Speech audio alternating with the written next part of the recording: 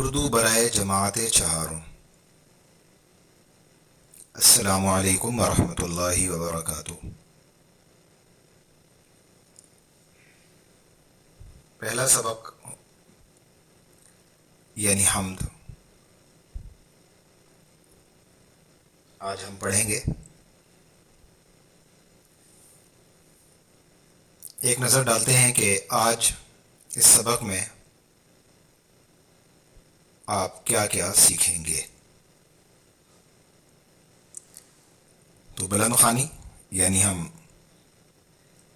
اس حمد کو بلند آواز میں پڑھیں گے۔ ہم آواز الفاظ اور مشکل الفاظ، لفظ بنانا سیکھیں، 2 حرفی، 3 حرفی، 4 حرفی الفاظ، ارکان اور جوڑ توڑ کے طریقے سے لفظ بنانا، زبر، زیر اور پیش کے استعمال سے لفظ بنانا، جملوں کو درست ترتیب سے لکھنا، لفظ اور جملے کا استعمال، شعر کو سمجھنے کا آسان طریقہ۔ تو اب ہم حمد پڑھنے کا آغاز کرتے ہیں۔ تو پہلے ہم آواز الفاظ کو دیکھ لیتے ہیں۔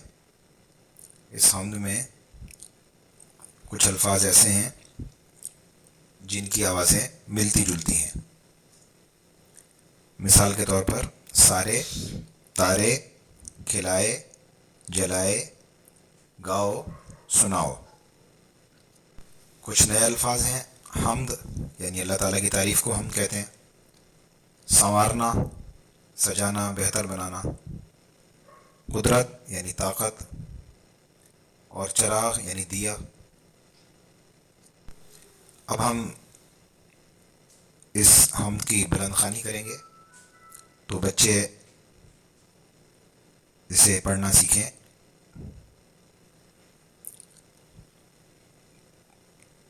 چلیے ہم پڑھتے ہیں۔ یہ ہیں خدا کے نشان سارے، یہ ہیں خدا کے نشان سارے، زمیں پہ پھول، آسماں پہ تارے، سجے ہیں یہ کیسے پیارے پیارے، زمیں پہ پھول، آسماں پہ تارے، یہ باغ ایسے کھلائے کس نے، چراغ ایسے جلائے کس نے، یہ سب خدا ہی نے ہیں سنوارے، یہ سب خدا ہی نے ہیں سنوارے، زمیں پہ پھول، آسماں پہ تارے، خدا کی قدرت کے گیت گاؤ، خدا کی قدرت کے گیت گاؤ، خدا کو اپنی دعا سناؤ، خدا کی گاتے ہیں حمد سارے، خدا کی گاتے ہیں حمد سارے، زمیں پہ پھول، آسماں پہ تارے۔ تو یہ حمد آپ نے سنی اور اسے اسی انداز میں پڑھنے کی آپ مشق کیجیے۔ اس حمد کے جو شاعر ہیں ان کا نام ہے اختر شیرانی، جو ایک مشہور شاعر ہیں۔ آگے ہم چلتے ہیں۔ اب ہم لفظ بنانا سیکھیں گے۔ لفظ بنانا سیکھیں، آپ کے سامنے 3 کالم ہیں۔ آپ کو 2 حرفی، 3 حرفی اور 4 حرفی الفاظ بنانا سکھایا جا رہا ہے۔ یہ سب مشق آپ پہلے کر چکے ہیں، صرف ان کو دہرایا جا رہا ہے تاکہ آپ اچھے سے اور زیادہ بہتر انداز میں لکھنا سیکھ لیں اور لفظ بنانے کا عمل آپ کے لیے زیادہ آسان ہو جائے۔ تو بامعنی 2 حرفی الفاظ بنائیں۔ مثال کے طور پر خے اور توئے کو آپ ملا دیں۔ کالم الف میں خے ہے، کالم بے میں توئے ہے، اسے دو حرفوں کو جب ہم نے ملایا تو ایک لفظ بن گیا خط. اسی طرح آپ مزید حروف کو آپس میں ملائیے اور نئے نئے الفاظ بنائیے. اگلے کالم میں 3 حرفی الفاظ بنانا سکھایا گیا ہے اور مثال دی گئی ہے نشان لگا کر. پہلے کالم الف میں سے بو اور کالم بے میں سے لام، جب ان کو ہم نے ملایا تو لفظ بن گیا بول. تو یہ 3 حرفی ایسے حرفی لفظ ہے، بے واو لام، بول. اور مزید مثالیں آپ خود بنائیے. اسی طرح اس سے اگلے خانے میں آپ دیکھیے کہ 4 حرفی الفاظ بنانے کا طریقہ آپ کو بتایا گیا ہے. مثال دی گئی ہے با اور قی، دونوں کو جوڑا تو بن گیا باقی. تو باقی مثالیں آپ خود تیار کیجیے. آگے اگلے صفحے میں ارکان اور جوڑ توڑ سے لفظ بنانا سکھایا گیا ہے. تو آپ کی کتاب کے صفحہ نمبر 16 پر ارکان کو ملا کر الفاظ بنانے کا طریقہ لکھا ہوا ہے. آپ اپنی کتاب میں جا کے اس کو حل کیجیے. ایک مثال سب سے پہلے اوپر دی گئی ہے کہ جیم الف حمزہ واو، جب ان کو ملایا تو لفظ بن گیا جاؤ. اس کے بعد نمبر دوسرے پہ دیکھیے گاف، پھر الف اور پھر ہے حمزہ اور اس کے بعد ہے واو. یہ 4 حرفی الفاظ بنانے کی مثالیں ہیں. تو جب آپ گاف اور الف کو ملائیں گے تو گا بنے گا اور یہ ایک رکن ہوگا، اور حمزہ اور واو کو ملائیں گے تو یہ دوسرا رکن ہوگا. اگلی مثالیں آپ خود دیکھیے. اس کے برابر میں آپ کو بتایا گیا ہے کہ مشکل الفاظ کے جوڑ توڑ سیکھنے سے الفاظ کا املا آسان ہو جاتا ہے. یہ آپ کی مشقی سوال ہے، آپ کے سبق جو مشق ہے اس میں سے دیا گیا ہے یہ سوال. تو اب ہم اس سبق میں موجود مشکل الفاظ کے جوڑ توڑ کی مشق کرتے ہیں. یہاں جو لفظ دیا گیا ہے یہ ہم میں موجود ہے. تو نون اور شین کی جب ہم آوازوں کو جوڑیں گے تو نش کی آواز بنی. جب ہم نے اس کے ساتھ الف کی آواز کو جوڑا تو نشاں ہو گیا، اور جب نون کو جوڑا تو پورا لفظ مکمل ہو گیا نشان. تو اس مثال کو دیکھ کر باقی مثالیں آپ خود حل کیجیے. اگلے صفحے میں دیکھیے، یہاں زبر، زیر اور پیش کے استعمال سے لفظ بنانے کے کچھ طریقے دیے گئے ہیں. تو سب سے پہلے صفحہ نمبر 17 والے طریقے کو ہم دیکھ لیتے ہیں، جس میں ہمیں زبر کے ذریعے سے لفظ بنانے کا طریقہ بتایا گیا ہے. پہلا لفظ آپ کو دیا گیا ہے وہ ہے تے الف اور رے یعنی تار. اس میں سے الف کو ہٹا دیا گیا اور زبر لگا دی گئی تے پر. تو جب زبر کو تے پہ لگایا تو یہ لفظ بن گیا تر.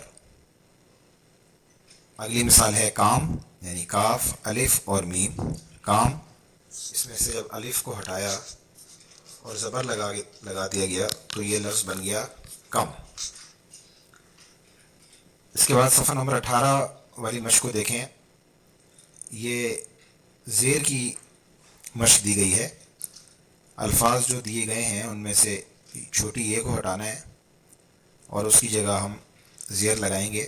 زیر یہ کے اندر جس طرح آواز نیچے کی طرف جاتی ہے اسی طرح زیر میں بھی آواز کچھ نیچے کی طرف جاتی ہے، لیکن مکمل طور پر نہیں، یا کی طرح نہیں جاتی، یہ کی طرح نہیں جاتی.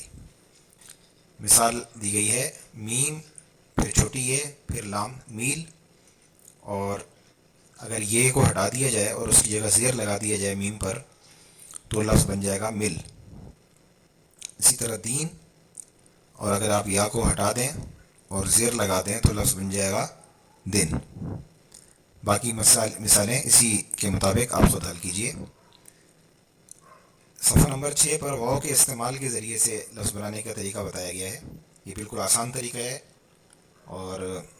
سامنے جو لفظ آپ نے لکھنا ہے اس کے مطابق تصویر سامنے بنی ہوئی ہے. مثلا مور آپ نے لکھنا ہے واؤ کے استعمال سے، تو مور آپ کے سامنے موجود ہے. اور یہاں پیش کے استعمال کا جو طریقہ ہے وہ چونکہ اس سبق میں موجود نہیں ہے، تو وہ انشاءاللہ نعت کے ساتھ یہ مشق آپ کو کروا دی جائے گی.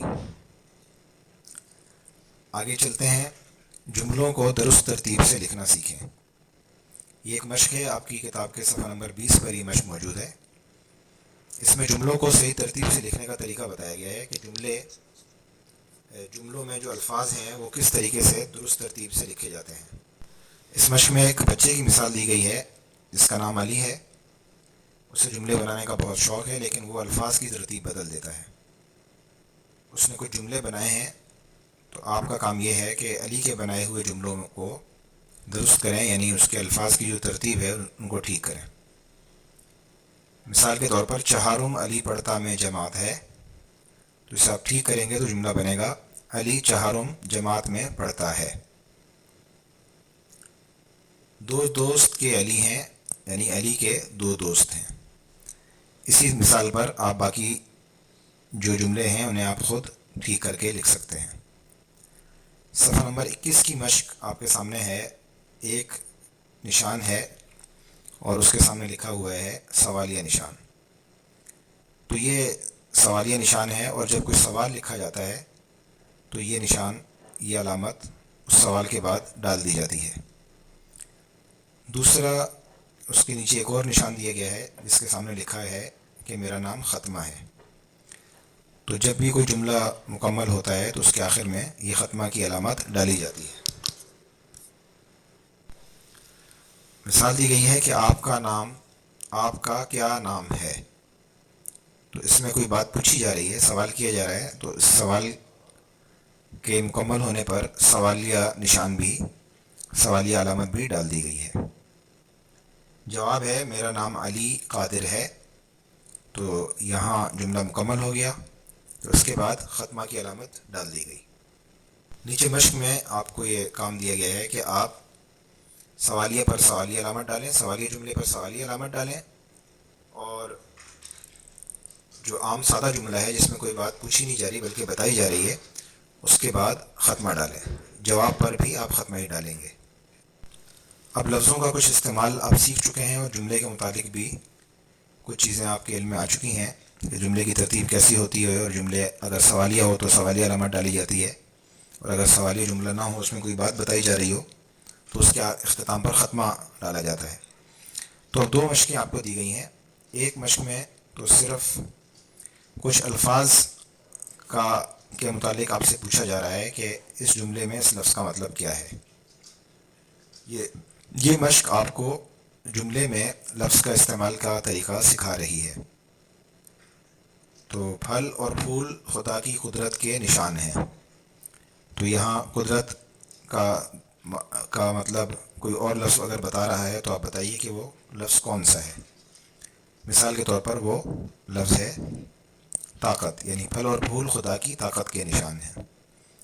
اسی طرح باقی مثالیں آپ خود حل کر سکتے ہیں. چراغ کا مطلب ہے شمع، تو اب آپ آسانی سے تلاش کر سکتے ہیں. نیچے کچھ الفاظ دیے گئے ہیں، ان الفاظ کے جملے بنائیں. تو یہ الفاظ وہی ہیں جو پہلے بھی گزر چکے ہیں، ان پر آپ جملے بنائیے. جملے بنانے کے متعلق آپ ذرا جان لیجئے کہ جملہ کیا ہوتا ہے. اس بات کو جاننے کے آپ کو دو فائدے حاصل ہوں گے. ایک تو آپ جملے کو مزید اچھی طرح سمجھ لیں گے، اور دوسرا آپ اس کی بدولت اگلے سوال کو بھی حل کر سکیں گے. تو ہم ایک پوری بات ایک جملے میں بیان کرتے ہیں. ایک جملے کا مطلب ہوتا ہے کم از کم ایک بات مکمل ہو گئی. جیسے میں نے پانی پی لیا، گیند گم ہو گئی، اذان ہو رہی ہے. ان تینوں مثالوں میں ایک ایک بات بتائی گئی ہے اور وہ بات مکمل ہو گئی ہے.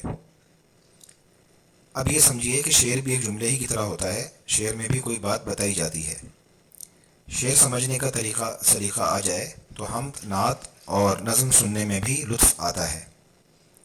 شعر کو سمجھنے کا آسان طریقہ یہ ہے کہ شعر کے ہر مصرعے کو ایک جملے میں بدل دیا جائے. نمبر 4 میں آپ کو یہی مشق سکھائی جا رہی ہے، یہی کام آپ سے لیا جا رہا ہے۔ تو شعر کو سمجھنے کا آسان طریقہ کیا ہے؟ مثال کے طور پر دیکھیے کہ خدا کی گاتے ہیں حمد سارے، زمیں پہ پھول آسماں پہ تارے۔ تو یہ 2 مصرے ہیں، 2 مصروں سے ایک شعر مکمل ہوا۔ اب آپ کا کام یہ ہے کہ اس شعر کو جملوں کی شکل میں لکھیے۔ آگے چلتے ہیں۔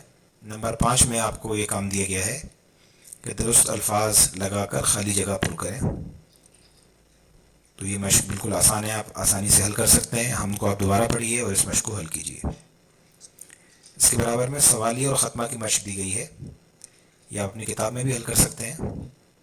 تو اگر سوالیہ جملہ ہے تو سوالیہ نشان ڈالیے، اور اگر جملے میں کوئی سوال نہیں ہے، کوئی بات بتائی جا رہی ہے، تو اس کے اختتام پر آپ ختمہ لگائیے۔ السلام علیکم ورحمۃ اللہ وبرکاتہ۔